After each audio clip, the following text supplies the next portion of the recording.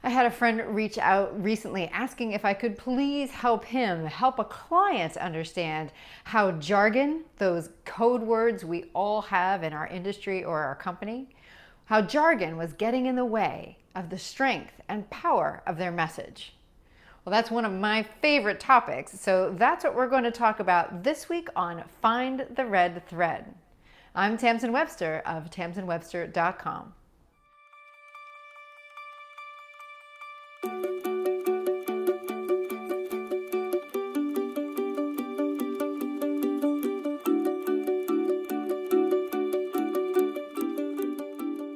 I can't think of anyone who doesn't want their message to be more clear.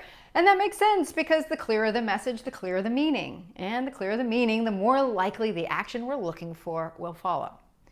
But there's a challenge here, and it's one we can all recognize, and that meaning relies on words to get it across. I'm sure there's times we get to use additional things like sounds and images and even smells. But ultimately, words are the currency of ideas. We have to translate our ideas into words before we can articulate them to somebody else. And it takes words for someone to understand what it is that we're trying to say. So it makes sense then, if the words have different meaning for people, then we're going to have a problem because we're not going to get the result that we're looking for.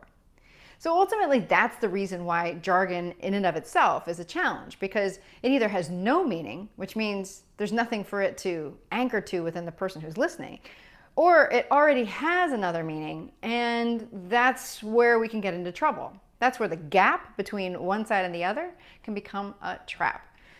Here's what I mean.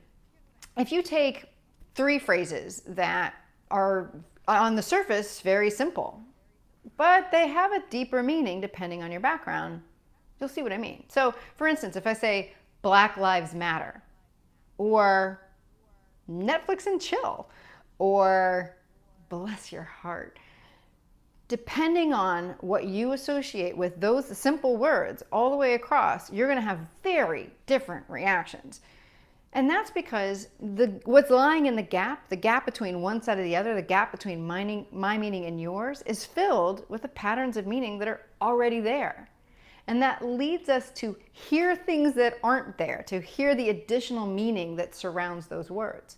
So Netflix and chill means one thing to one group of people, but if you misunderstand it, I mean, you don't want grandma to misunderstand Netflix and chill. I mean, bless her heart, that would be awkward. But think about it when it comes to really weighty phrases like Black Lives Matter. Depending on the meaning that you already have, you hear additional words there. You hear either Black Lives Matter 2 or Black Lives Matter more.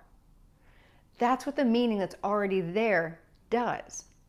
So how do we resolve this? Well, the resolution lies in the gap itself. It relies on remembering that we make meaning, every one of us, in the same way. We may come to a different conclusion, but we get to it the same way, which means we can use the red thread in those questions, not only to engineer meaning, but we can also use it to reverse engineer meaning out of somebody's position or somebody's phrasing. That means we need to look for what are the shared problems that we see, what are the shared ideas, so that we can find shared change. That might mean that the language needs to change, but ultimately what we're trying to do is connect on the meaning underneath it. And frankly, that's the simple explanation for jargon as well. What does the word actually mean that you're using? Use that word first. Help them understand that that's what you mean, and then attach the unique term to it. That's how people are going to make sure, that's how you're going to make sure that people understand not only what you're saying, but what you're meaning as well. So take a look for those phrases and those words that you hear and find the meaning beneath them.